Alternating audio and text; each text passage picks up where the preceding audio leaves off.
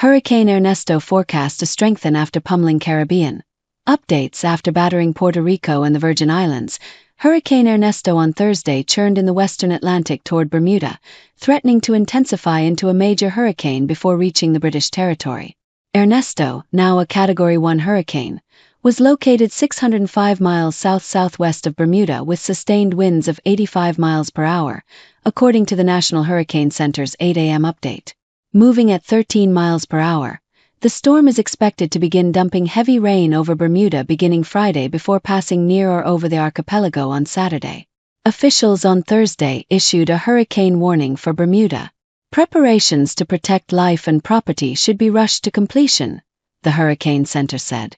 Forecasters expect Ernesto to become a major hurricane with sustained winds of at least 111 miles per hour as early as Friday. Meanwhile, residents and authorities across Puerto Rico and the Virgin Islands recovered from Wednesday's deluge. At its peak, half of Puerto Rico's utility customers, as many as 730,000, were in the dark. As of Thursday morning, just over 484,000 homes and businesses were still without power, according to the Luma Energy website. Flood warnings were still in effect across Puerto Rico as rivers continued to crest and threaten neighborhoods and low-lying areas. Over the last 48 hours, the U.S. and British Virgin Islands received half a foot of rain, and the total for southeastern Puerto Rico climbed even higher. Recovery operations underway across U.S. Virgin Islands. While workers across the U.S. Virgin Islands continued restoring power, officials announced Wednesday night that government offices would reopen but public schools will remain closed for continued cleanup and safety checks. Crews were able to make progress restoring power after the storm caused a total blackout on the island of St. Croix and sweeping outages across St. John. Carl Knight, Chief Executive Officer of the U.S. Virgin Islands Water and Power Authority, said 75% of utility customers on St. Croix were expected to have their power restored by Wednesday night. Outages were ongoing across St. John but were expected to be repaired in the coming days. Today has been a very successful day. We got off to a slow start, but I think we picked up momentum as we headed into the evening hours, he said. Meanwhile, airports on St. Croix and St. Thomas successfully reopened at noon on Wednesday, though delays were still being reported.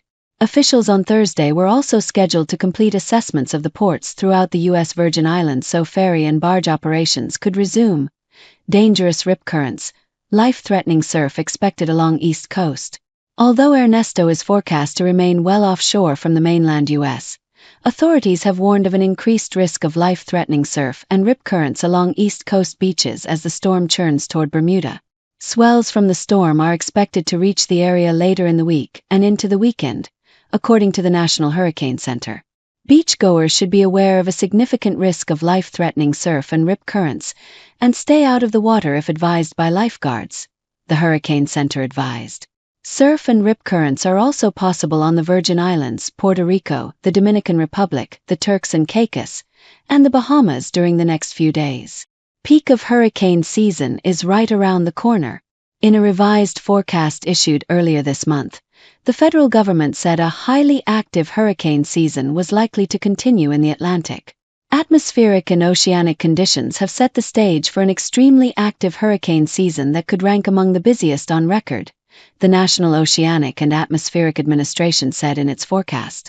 The NOAA predicted 17 to 24 named storms with about 8 to 13 becoming hurricane strength, over the average 14 named storms and 7 hurricanes.